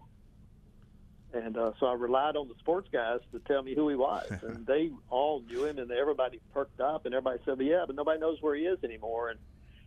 And I couldn't wait to tell him. I think I know. Well, so Jimmy Smith and I ran back down there, and he was still there and willing to talk, willing to share, and eager to be a part of that. And still, we believed that it was all kind of an act to get sympathy and money for his drugs. And but his coaches from St. Aug and I think a teammate at the time when he was in high school saw it differently, and they got him into a rehab just almost immediately. Made all the difference for him. Ted, changed his life. And kind of going into that, I kind of want to just really read the last few lines of your story just to kind of set the scene for the question I have. So at this point, he is at the Gateway facility, which is a center in Harvey. And it goes like this. She shook her head, then promised to get the photograph to him. This might just the thing to get him to his senses. When Jackie left his Gateway apartment, she said, he took all his stuff. The only thing he left behind was the Narcotics Anonymous stuff. He left all that behind. I asked about his 3-year sober medallion. Yeah, she said, he left that too. Was there anything at any point when you were doing this story where you were looking at pretty much how addiction and, in some ways homelessness and kind of just a lost life almost made you kind of look at a broader context of kind of that type of lifestyle that maybe we just don't really ever see or we don't ever think about when we pass some of these people? Absolutely. And it's easy to see just, the old stereotype bum, the hobo, the shiftless, lazy guy who won't work, kind of a image on the sidewalk begging for money. That's what we want to believe all that is. And, I can't vouch for everybody, but that's not Jackie. That's not Jackie. Jackie had an addiction problem that he started really young, dabbling with alcohol as a teenager, and as he says, it's kind of the culture of New Orleans, and so it was a natural thing. Everybody did it, and he was turned on to crack after his mother died after football, and so before he got cut from the team, he was just into alcohol. And so when he got into the crack, everything changed. And he always told me that he's not addicted to crack. He's addicted to alcohol. But it's the alcohol that flips the switch to crack. And so that's how that works in his head. But what I've learned is so much about the way the drug dealers get their claws into their customers, and it's an organized system of keeping them addicted. Not only, giving a little bit here and there and doing whatever you can to keep people trying the drug, but they gave Jackie a lot of credit, and they got him started. And when he ran out of money in a few days, because, he gets a pension check from the NFL still. It's not much. It's not enough to live on, really, but it's enough to stay high on. But he would run through that in 3 days or so. But they would give him the drugs on credit after that, and now he owed them. And then he got into the mindset that he would just be poor for 28 days, and then he'd be high for 2 or 3. and he lived off that mentality because that's what he was living for. And of course, that instant, that over a short period of time, that ruins your life. But then, how do you get out of it? Because the as he called them, the drug boys control you after that. Ted, and even after he went to Gateway and into recovery and was doing extremely well, he still had his drug debt to pay to these drug guys. And his mindset, he had to pay it, or else, he would end up dead. And so even while he's doing well, he's still paying the drug dealers. So he's always around that. Yeah. So it's always encompassing right, him. Exactly. And something else I never thought of before was that when Jackie is clean, he's lonely because he's not around his friends, he's not around his structured life, and so he has to find ways of, to get really good support. And because he's still in the environment, those are still the people that know him, and they find him. He doesn't have to go looking for them. They find him. And when you mix all that into one big pot, it's not like, oh, he was weak and so he decided he needed drugs again. No, he's fighting the demons that are scratching and clawing at the door, trying to keep him out. And that takes a lot of strength for a guy like Jackie. Ted, interestingly, this story, the first publishing of this was July 6, 1990, it was less than a month after I started here, and it's one of the first things that I remember, actually. Oh, wow. And, photojournalists, what people don't understand about photojournalists is sports guys, we generally have this long budget of what we're going to do this week, and we're going to go out and we're going to interview so-and-so, and we're going to do this, and we have a structured plan, whereas photojournalists quite oftentimes just go out and find something. And I've always found it amazing that you guys were able to go and, you always had the wild art on the Metro front, and just go and find things. How hard is that? I mean, how tough is that for you guys to go out on any given day and say, okay, today I got to go find something? It's a lot of pressure. Yeah. but it's a weird thing that we thrive on that. I remember when I started, at least the first 5 years, if not more, I would see a picture I thought was, yeah, that'll go on the Metro page, but it's not front page material. So in order to put more pressure on myself, I'd drive past it. I wouldn't shoot it to make it harder for myself, to push for that front page image. And, I outgrew that. Because that was a lot of pressure. And I remember waking up at like 5 o'clock in the morning at my first couple of years of my first job, and remembering, okay, you got a deadline at 10 o'clock that has to be a picture for the front page, and, can you get it? Can you get it? And so it is a lot of pressure, but it's also, it makes life interesting. I wake up in the morning, I mean, not now, what I'm doing now, but you wake up in the morning as a photojournalist and you really don't know what you're doing that day. You may have a whole day of assignments, and that can change before you get out of bed. And one of the things I remember most is one day I was shooting.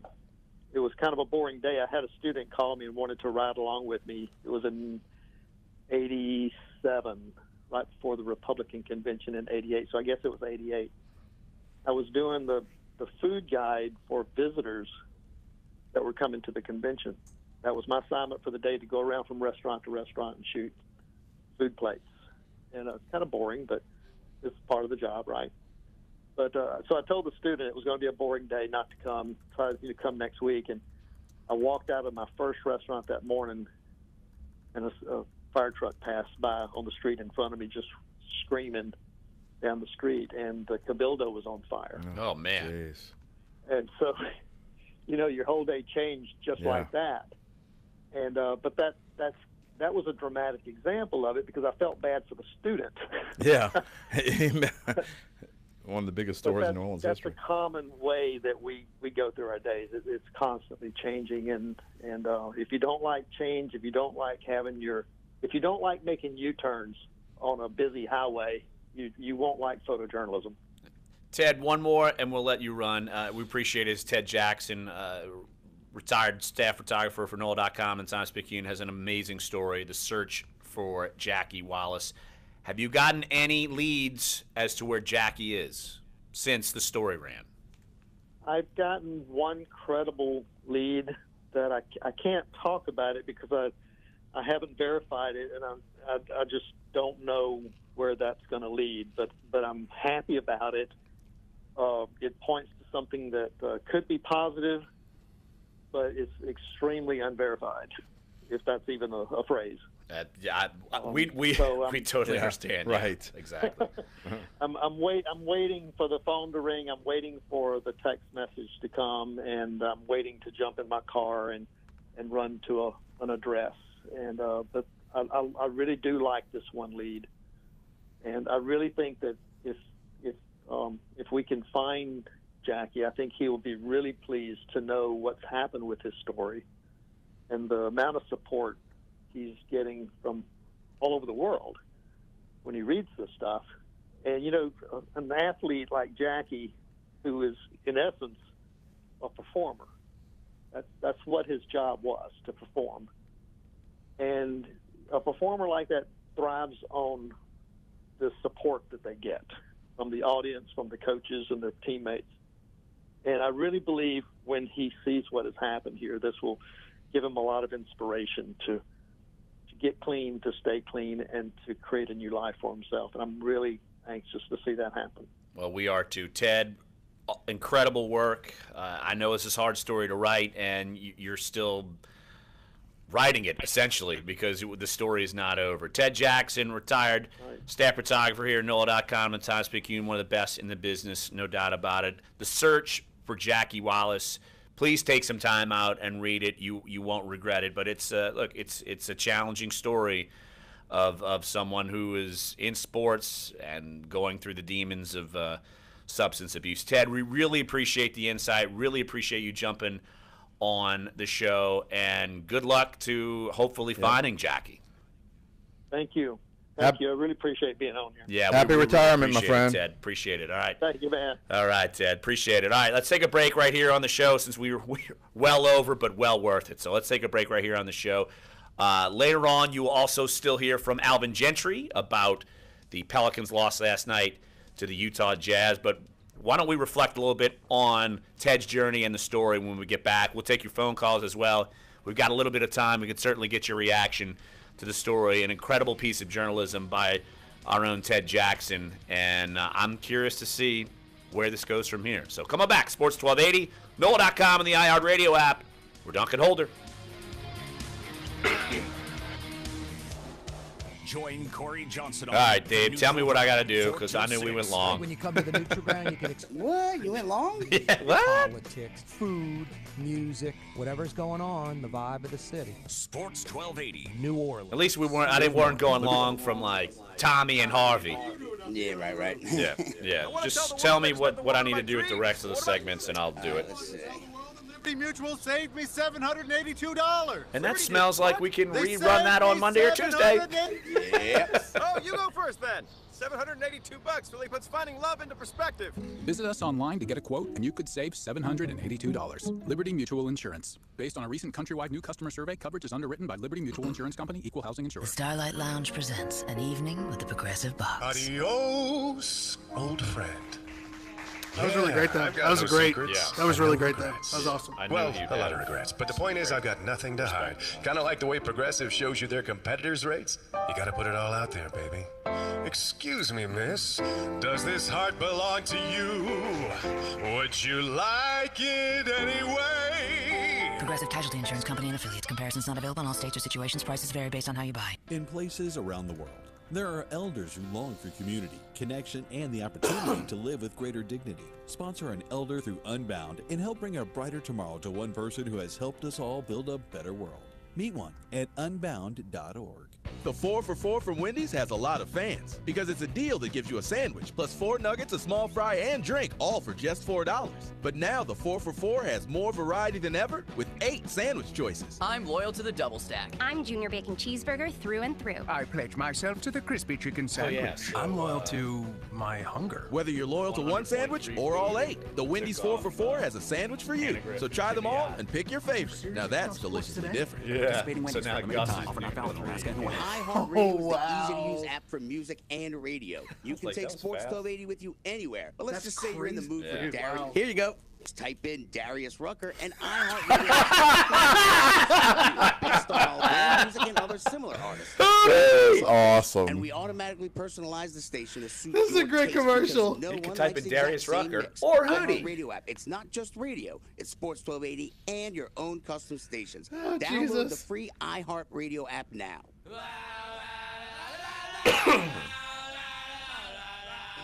This is Dunc and Holder. All right, we'll break at 40, then 50. Cool. Yeah. Incredible chat with our own buddy here, Ted Jackson, retired staff photographer for NOLA.com and the Times-Picayune. Again, the search for Jackie Wallace. If you have not checked out the story, go to NOLA.com, check it out. It has been shared off our website 20.8K, so 20,800 times, and has been read, what, by millions of pages? Millions. Yes, all across the world, as Ted Jackson was saying. And look, I saw like people like John Wertheim from Sports Illustrated, who's the editor, of course, putting the story out there, and people from all walks of life really interested and curious about this story because, and I think one part of the story that grips you is that we don't have an ending. Yeah. And we don't know where he is, and we Right. don't know what's happened to him. And look, Ted has a lead. He's not sure. And, of course, I'm sure once he figures it out, if it's credible or not, we will get it out there. But I think a story like this grips you in so many different ways. You know, just being in the business, and this is the reason why I asked Ted this question. I don't think any average Joe, and even a lot of journalists, don't understand the typical day of a photojournalist and what they go through and what they, you know, it really is easier for us because I can tell you from, you know, now that our journalistic world has changed and we're trying to, you know, we're taking pictures and videos and things like that. You don't just point a camera at something and shoot it and it comes out right. And there are so many things that you have to do as a photographer and a photojournalist to make the picture look like they look. And I've been trying for 3 or 4 years now, or I guess maybe longer than that, trying to learn how to take my own pictures. And for them, not just taking the pictures, but for going out and finding, I mean, the things that they find on a daily basis. I've been amazed since I've started in this business. I'm like, how did they find that shot? You know, and it's every day they find something that like amazes me, and it's really beyond words to pay attention and see what they do on an average day. I mean, just a wild art of kids playing in a fountain, and how they get something like that, and to make it look the way they look is just it's crazy. Well, it goes into the talk about not only what people do, especially in the field of journalism, which is more important now than it is at any other point in time, really, when we think about not only just the attack on what real journalism is, but what real journalism work looks like. Right. It's not just point and click. You're right. It's not just going out and pointing and clicking. It's angles. It's finding. It's light. It's so many things that go into it that we don't understand, but that they are so good at, that make them so important, because we can write down and we can make a story or look and have so much more character to it, but without that photo, without that imagery to like give you and put you in the same state and place and mind that these photojournalists and journalists are able to do, is something that clearly we should be relishing more, because it is it's an art, it's a skill, it's a talent that just not anybody can do. Anybody can point and click a camera, but to find that story within a story is something much greater. Well, this is where it all started, with Ted just going to go take a picture of someone under the bridge Right. looking for a homeless community, and it's been, what, nearly 30 years in the making where this story has come out, and it's a story without an ending. And all you have to do is you can go look throughout the story, and Ted did the writing, he did the photography over years and years and years, and yet it's not just a sports story. It's not just a human interest story. It's not. It crosses paths and touches so many different things in life. And I mean, that's look, as journalists, that's why so many journalists across the country and honestly the world have shared this, because it grips you, and it's coming from Ted's perspective. I think that brings a unique interest to this as well. And you could kind of see that Ted struggles with and is worried about this guy who had extreme talent, made it to the NFL, played in 2 Super Bowls, was in a practice squad of a 3rd, and you never know what happens in that realm of life or just in life in general. Well, you've been in this business a long time, as have I and Clyde, and you know, when you cover a certain person and you become involved, we're human. We're not supposed to get involved in their personal lives, and you're not really supposed to. I mean, I guess in essence, you really shouldn't even become friends. I mean, you do, but it's hard to separate the two. But I mean, that's the hardest thing when you're doing these sorts of things, is to separate yourself from the professional side and the personal side. And I can only imagine what it would have been, what it's like for Ted to get himself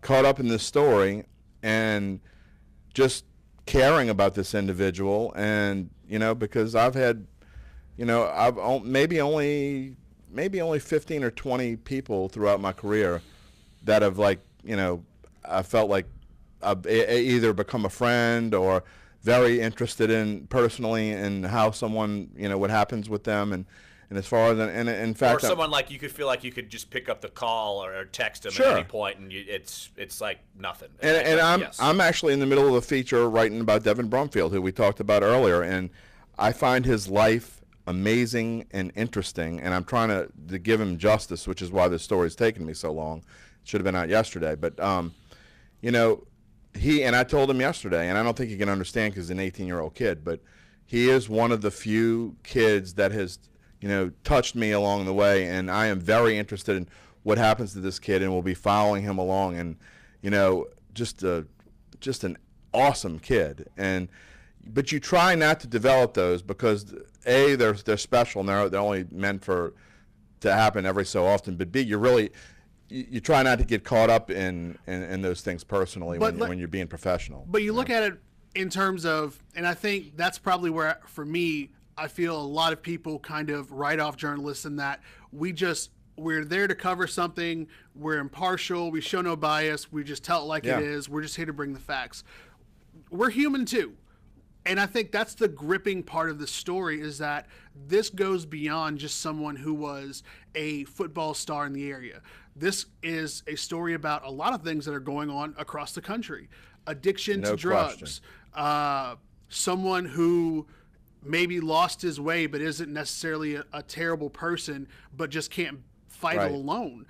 Someone who needs probably to have a support system to help. And so many other different layers to where that's the other part of the story that I think has become so touching to people, because it is Ted talking about his journey to find this man that other people may or may not also be trying to do. For him, it's a little bit more personal because he's the one going on this journey, not only just for himself, but like what it could turn into for this person. Because at the end of the day, it became, oh yeah, I'm just going out to take a picture of some homeless people, to look at this entire broad scope of really kind of, not necessarily Americana, but where we are in societal norms of homelessness, opioid and drug addiction, and other forms of just really where our country is kind of breaking apart and trying to figure out, how do you find ways to take care of all of these people? How do we all find ways to be able to fight some of these demons as a whole country, to help those who may not be able to help themselves? And in Ted's story, Jackie would reach out every Thanksgiving, and he would call and try to stop by and try to link up with Ted. So he was thankful that Ted and what they were able to do was to pull him out of that, and he was always thankful. And yet, as Ted described, demons were always around him, and that's the struggle with this story. And when you kind of get into that, and so it's again, if you've not read it, do so. The search for Jackie Wallace, or if you missed our interview with Ted, is great. You'll be able to hear it. Sports1280.com, NOLA.com, iTunes, SoundCloud, YouTube page, and of course we'll have a little post on it coming up later. Clyde will prepare that on NOLA.com as well. So come on back. Sports 1280, NOLA.com, the iHeartRadio app. Dunc and Holder. Your forecast on Sports 1280, New Orleans. Eddie, are you okay? This report is brought to you by Massage Envy. Happy Tuesday from the Fox 8 Weather Center. I'm meteorologist Shelby Latino. Warmer temperatures today with highs in the low 70s, but mostly cloudy skies and a few showers around are expected. We will see temperatures falling into the 60s overnight. All right, we're going to play all these sound bites in this and it segment. looks like that will last us into tomorrow morning. And then just leave the last segment just for whatever. Kicks. Yeah, so we'll take a break around 50. All right. I'll just smash through these and All right, go. For Valentine's Day, purchase 120. Yeah, these are fairly short breaks. I kicked out all the fill stuff, so cool. Okay. There's only 45 seconds left in this one. The next break is 2 minutes long. All right, all good. Lunch presents an evening. Do whatever you got to do. It's fine. Word. Yep. Yeah, I've got no secrets and no regrets. Well, a lot of regrets, but the point is I've got nothing to hide. Kind of like the way Progressive shows you their competitors' rates. You gotta put it all out there, baby. Excuse me, miss. Does this heart belong to you? Would you like it anyway? Progressive Does it mind if I stand up? Comparisons not available in all states or situations. Prices vary based on how you buy. As long as you don't stand up behind up. You know that thing that I said I pulled him out, like, it still hurts. Alone when their Still parents hurts. He's the goat, damn it! I don't know what I did. He's the goat. I need some non-ionized water. I don't know what I did. Whether you bless those boys or take flight, we're talking your teams. Sports 1280, New Orleans. What is non-iodized water? Ask the TB12 method. The TB12 method. Oh, no. Hyperbaric chambers and, I don't know, non-seasoned food. I don't know. I don't know how I'd rather Tom have versus pain in my time is going to end on Facebook. Poor Tom Brady. I have an idea how it's going to Tom end. Brady. With Give a me loss? a break. Yeah. I mean, did you see what he was walking to the up in the stadium with? What? He's styling and profiling. He's not. I mean, it's football. Give me a break. He could still look good. Come on. Looks like an idiot. Oh, not as big of an idiot as maybe the Pelicans. That's Sorry. not a. What do you want me to do? Come on, Larry. What do you want me to do? At least Tom wins. That's Pelicans. He didn't win on Sunday. Well, he's won 5 Yeah, championships. true. Yeah. The He's Pelicans pretty good. barely He's all have right. won one. Have the Pelicans won one? They've won one playoff game in the Pelicans history. Playoffs? One game, right? Yes, one game. Okay, well, they're trying to not even make it at this Better point. than none. 1-4 in the boogieless era. Went down last night, 133-109, and Alvin Gentry. Let's hear from him. He sounded like a man who just says, you know what? The Utah Jazz are basically the Chicago Bulls. That's what under Michael Jordan. That's I was kind gonna of say. what I heard. mean, the Not late the ones '90s right Chicago now. Bulls. Yes, Okay. not the ones now. Yes, but all right. Let's hear what Alvin Gentry had to say on last night's loss to the Jazz. They just shot the ball exceptionally well, and we couldn't get them stopped. We just never really got them stopped. Even when we got back in the game, it was because we just outscored them. We never really got in a situation where we slowed them down because of stops. We just made some shots. All right, we've heard defense before. What were the defensive issues last night, Alvin? They do a great job of dribble handoff and then rolling hard to the basket. You have to pull in. And, we either tagged and tried to get back out, couldn't quite get there, or if we didn't tag, then they threw it to the guys, on the inside, and they dunked the basketball. So they did a great job of execution. We couldn't find a solution for it. I thought we did a great job on Donovan Mitchell for really the entire night, but it was the other guys, the bench come in and you have one guy get 30 and Rubio is playing at a real high level right now. And because of that, they're a really difficult team to guard. every team is a real difficult team to guard for the Pelicans. All I've heard, it's a joke. All I've heard in that, what were the issues? Well, we couldn't defend them on the outside, and then when they drove to the basket, we just let them ole and get to the basket. I mean, that's all I heard, and it's not a new story. It's an old story. It's kind of like when an NFL quarterback sees a wide open receiver, he's going to make the catch 19 times out of 20. Well, an NBA player, a good three-point shooter, if you don't put anyone on him, he might not make it. He's not going to make it 19 out of 20, but he's going to make it. He's going to make it at a pretty high percentage. And the Jazz started off 7 of 8 from behind the three-point line, and no one was How many threes do they have to make before you say, I think we're going to put someone out there? I'll give them 1. I'll give them 2. I'll give them 10. 2 games in a row. They give up 66 in the first half to Minnesota on Saturday night. They give up 70. A 70 burger to the Jazz in the first half last night. They almost gave up 70 in the second half. You don't come back from that. No. But at the same time, though, as soon as they did that, as soon as they started flying out to try to get to the three-point line because they were all over the place and discombobulated, all that gave Utah time to do was at that point have guys who were already coming in and rubbing off those screens and diving straight to the basket, wide open, boom, easy dunk, easy layup. So it was pick your poison. But at that point, it was too late because they'd already hit enough threes to make put themselves ahead way, way, way far in advance to where, okay, now we'll get a couple buckets. We'll go to the line. Yeah, you guys probably won't be able to come back from that. No. And it's something we've talked about so many times on the show. The Pelicans just have to outscore people because they don't play defense. This is before the Boogie injury, and now then we're stop to the point. Pretending because I mean, listening to him, he sounds like he's pretending that they try to play defense and they just didn't get it done. Right. Just go out and just go out and score. I don't care then.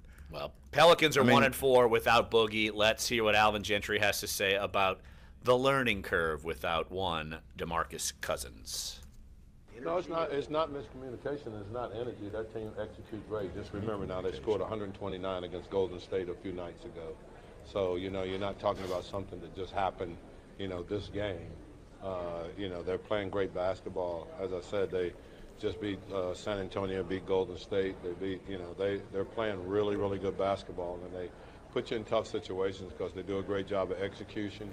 And then you're forced to make a decision. Either you give up a dunk or you give up a three-point shot. It's hard. They do a lot of single-side stuff that causes you to either, like I said, you pull in and you take away the dunk, and they're very good at finding the open three-point guys. You either give them a 3 or a dunk. I mean, it's just like give them. And anything in just between. Give them. Just give them. I literally just said that. Just give it to them. They can have it. They take it. Okay, and here's another quick thing, because I know we've got to be quick with this because we're coming to the end of the show. But again, I understand that people want to, rightfully so, put a lot of this on Alvin Gentry and the coaching staff. Don't even. But at some point, don't make excuses for anyone. At some point, the players have got to start, at least, in just in my opinion, have got to start taking some accountability, not only for how they play, but actually going out in the court and giving a crap. Right, and that's reflective have some upon pride, him. right?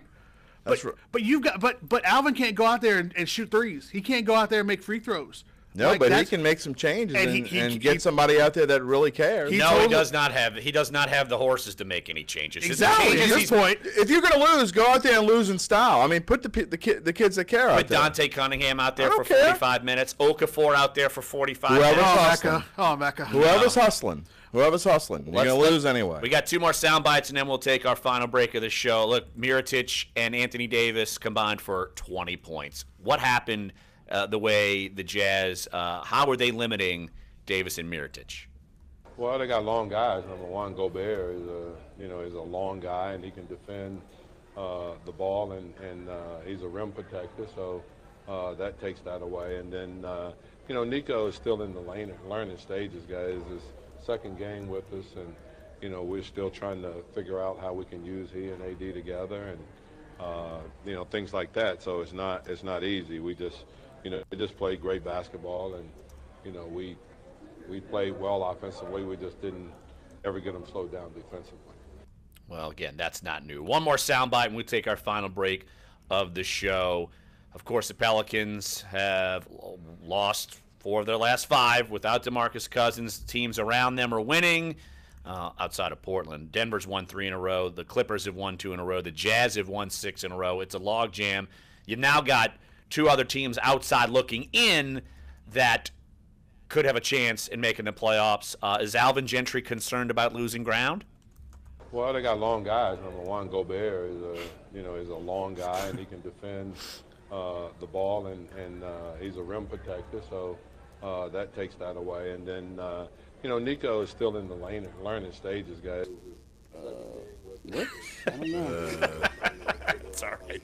We can be together and things like that. So it's not easy. We just they just played great basketball, and all right, he's gonna roll into the next one. Sorry. That's right. Offensively, we just didn't ever get them slowed down defensively. 1-4 without DeMarcus. You talked about not giving back that ground that you guys built in winning 8 of 9. Are you getting concerned that that's starting to slip away a little bit? Well, I mean, we played some good teams, and this team is a really good team, and I think you're going to see them, become a factor. But we still got to find a way. We've got to find a way to win games at home. We got to find a way, to continue to play well on the road, and we've got to find a way to stay in the playoff race. That's just, it's no mystery as to what we have to try to do that. How about you find a way to guard somebody? Played some really good teams. They lost to the Clippers and the Kings at home. Fantastic. Unreal. He does have a point, though. There still needs to be an acclimation period for Mirotić.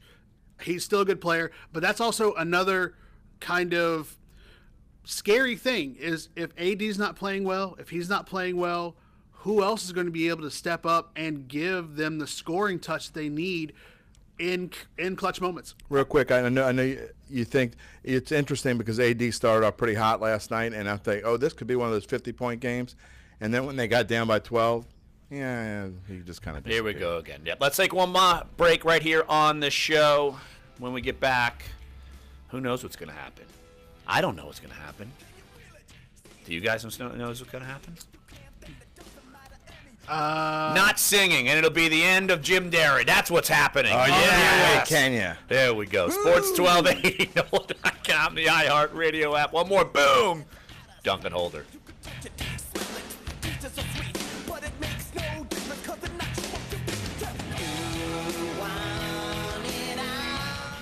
Hey, it's Chris Gordy from the Chris Gordy Show. All right.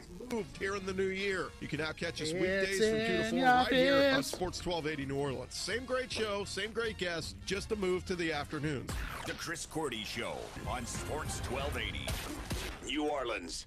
Austin Seafood and Steakhouse. Fresh Louisiana seafood to mouth-watering fresh cut prime steaks. Yeah, I just posted the video to Austin's offers an Facebook. I'm trying to post it to Twitter now.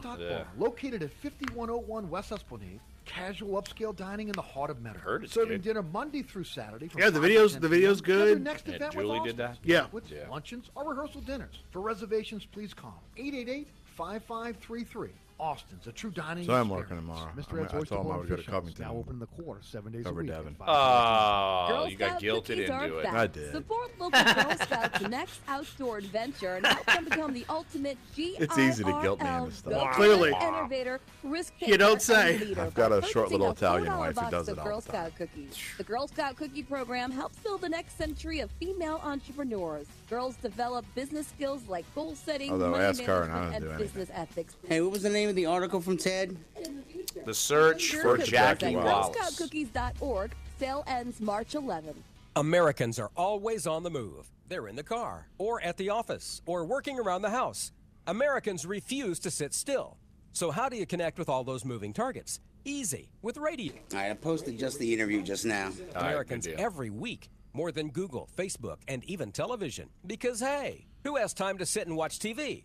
So when you want to connect with all those constantly moving adults, teens, and millennials, get to iHeartMedia.com and put AM/FM radio to work for your company. Duncan Holder now. Eric Asher next at noon on Sports 1280 New Orleans. Some Saints tidbits before we get out of here. Saints cutting ties with Nick Fairley, releasing him. Shocker. On the I think it's the illness. Yeah. Non-injury illness designation. Right. Now they're still fighting for his money as far as who's going to get what, and the Saints are trying to recoup money, and that has not been resolved yet. So that's something. And apparently, Fairley had some guarantees, roster bonus, and salary was going to be guaranteed. So they had to cut ties, and now they're going to probably have to fight their way through arbitration and whatever they have to do. Also, some interesting news. Josh Hill recently underwent surgery to straighten out a finger that was locked at a 90-degree angle. Herbie Teope reporting that, told that Hill should be fine in time for OTAs. He is a tight end who I do not anticipate going anywhere. Maybe another one will be. And also, the team has released Tony McDaniel off injured reserve. He was around for a couple games, defensive tackle. I know he is. You might not have. I don't know. I don't know who Mr. is. I think they're the Scorpions. Oh, God, here we go. I know who Mr. is, but anyway. Well, look, after yesterday. You know, can you believe you sat next to me for 10 hours in 5 days? And no, I cannot. It's been fun, hasn't it? It's been something. Well, look, everybody. I've literally been counting the minutes. I know you have. Anybody out at the crew of Endymion, assuming that we ride on Saturday night, I'm on float 34A on the driver's side, third to last man, coming holla, and I'll give you something good. I'll be looking for you. Speaking of, Alvin Kamara doesn't know what to do. Yes. During Mardi Gras season. Does anybody have He doesn't know what to do during a basketball game either, so what's the point? What does that have to do with anything? He doesn't know what to do during Mardi Gras season? No, because he just put out on Twitter, okay, so parade season is crazy in New Orleans. I spent an hour trying to get to my house Sunday only to give up and park my car down the street. What I'm saying is, anybody know where I can rent a golf cart? That's what I'm driving till this ends. I'm serious. You're not going to get through with a golf cart either. You might as well go get a pogo stick. It's not going to get any better. It's get a pogo stick or a unicycle or something. Someone said get you a scooter like us. So I guess, if you want to go to Segway. A Segway, a scooter, Vespa. Vespa? I know where a Vespa shop is. Yeah, it's right down the street. Yeah. District. Wow. That's in walking distance from where Kamara lives, because he lives somewhere around here. He can do whatever he wants. No one's going to talk to him on the street anyway. I mean, he can just stick his thumb out and say, hey, can someone give me a ride? Okay, how many cars are going to line up for him to do that? Yeah, he could go wherever he wants. Yeah, the police would bust out traffic for Alvin Kamara, who will be in Endymion. Yes, he will be. As well. Marshawn and Steve Gleason. And Rod Stewart. Rod Stewart. A little shaking of the head. That's why we need a camera on Clyde. Just see my face turn up when you say Rod Stewart, And if you haven't had enough of Clyde and myself, you ought to come on tonight. You should come out to Jesuit High School and hang out. You can. I'm not going to Jesuit. Do the broadcast with us tonight. Holy Cross at Jesuit on NOLA.com. Pregame show beginning about 6:55ish, depending on when. Hopefully the JV game doesn't go long again. Right, exactly. So, but Clyde and I will be announcing the game from there. I'll play-by-play and the excellent color analysis of Clyde Verdun. Oh wow! So he is like the. I do pretty well. know. He does a great job. You're like the Dr. Jack Ramsey of the broadcast. A little bit, yes. I would say I'm more like Dr. Jack. And Hubie and Bill Walton with a little mix of Gus Johnson. The next thing we're working on to improve the broadcast is to have Dave come play the music in between commercial breaks. Yeah, now that would be. And then stay silent. That would. This is our show. That would. Wow. Yeah, we can cut. He could probably still find a way to turn off our mics if he wanted to. I mean, Dave is so nice to you today, and Clyde, you had to go do that. I want to thank Ted Jackson. I want to thank Amos Morale. Jeff Duncan will be back tomorrow.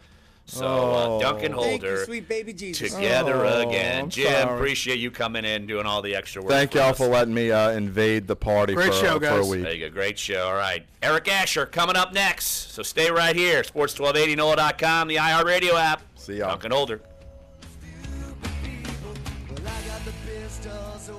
All right, guys. Thank you, brother. All right, bud. Been fun, Dave. See you later, bud. Yep.